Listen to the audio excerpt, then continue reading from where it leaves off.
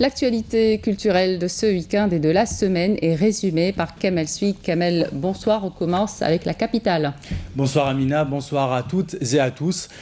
C'est une belle semaine culturelle qui s'annonce à Alger, en Algérie et même partout ailleurs. À Alger, demain, au Théâtre National Mahiddin Bouchtarzi, une pièce de théâtre venue de Suisse intitulée Zokwézo, ce qui signifie tout simplement « Chaque personne en vaut une autre ». Un titre évocateur dans un monde éclaté, l'histoire de deux destins que tout semble séparer. Delphine et Boulas, la première est suissaise, le deuxième est béninois. Je ne vais pas vous raconter l'histoire, mais sachez que cette pièce qui a fait le tour du monde a commencé à Béjaïa en 2013 suite à une rencontre entre comédiens suisses et comédiens béninois. La mise en scène est signée Andrea Novikov.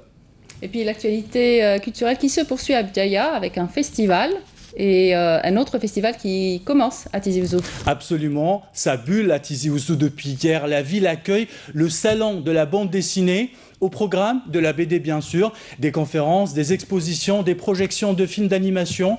Allez-y, si vous êtes en Kabylie, si vous êtes à Tizi Ouzou, si vous êtes de passage, cela se passe à la Maison de la Culture Mouloud Maamri et aussi à la bibliothèque municipale. À Béjaïa, on célèbre le 4e art. Des dizaines de pays sont représentés à cette 9e édition du Festival international du théâtre. La Suisse, l'Italie, l'Irlande, la Tunisie ou encore l'Égypte.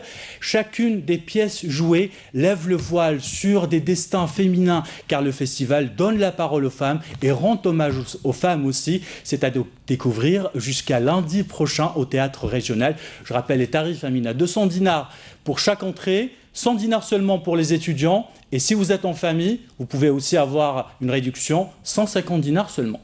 Et il y a de la poésie à Djidjel, n'est-ce pas, Kamel? Absolument, ce sont les mordus du verbe et de la magie des mots qui se donnent rendez-vous jusqu'à demain à la Maison de la Culture Omar Oussadir. C'est la 2e édition de Qamariat Djidjel de la poésie. Il y a de la récitation, des poèmes bien sûr, mais aussi une réflexion profonde sur la poésie en Algérie, engagée par des chercheurs et des universitaires algériens. Faites un tour à la Maison de la Culture si vous êtes sur place. C'est toujours un plaisir de replonger dans le patrimoine oral immatériel. Et puis à Constantine, on a rendez-vous avec le 7e art pour enfants. En plus du divertissement, c'est un programme éducatif aussi. Exactement, le programme est baptisé Cinémum. C'est une association qui propose à partir de demain et tous les samedis du mois des projections, débats autour de films algériens et étrangers. C'est une éducation par l'image. Si vous avez des enfants, si vous pouvez d'ores et déjà réserver vos sièges au théâtre régional de Constantine. Et puis nous partons à présent en France pour découvrir le programme du Centre culturel algérien à Paris. Le CCA célèbre la chanson kabyle. Les retrouvailles, c'est un concert de Boualem Sheker demain à 20h30. Si vous êtes nostalgique de la musique algérienne, de la musique kabyle, allez-y, le prix d'entrée est à 15 €. On reste au Centre culturel algérien de Paris pour parler de théâtre, une pièce tirée d'un roman à succès de Joseph Andreas, de nos frères blessés. C'est une pièce tragique et fulgurante.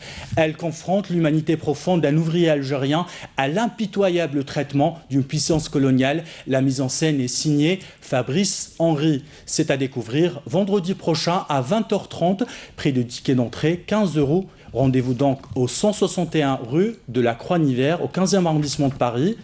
Donc une tournée est prévue aussi pour le public algérien à Oran, à Alger et dans d'autres villes. Calendrier à découvrir sur www.cca-paris.com. Kamel, merci. On se retrouve la semaine prochaine. Avec plaisir, Amina.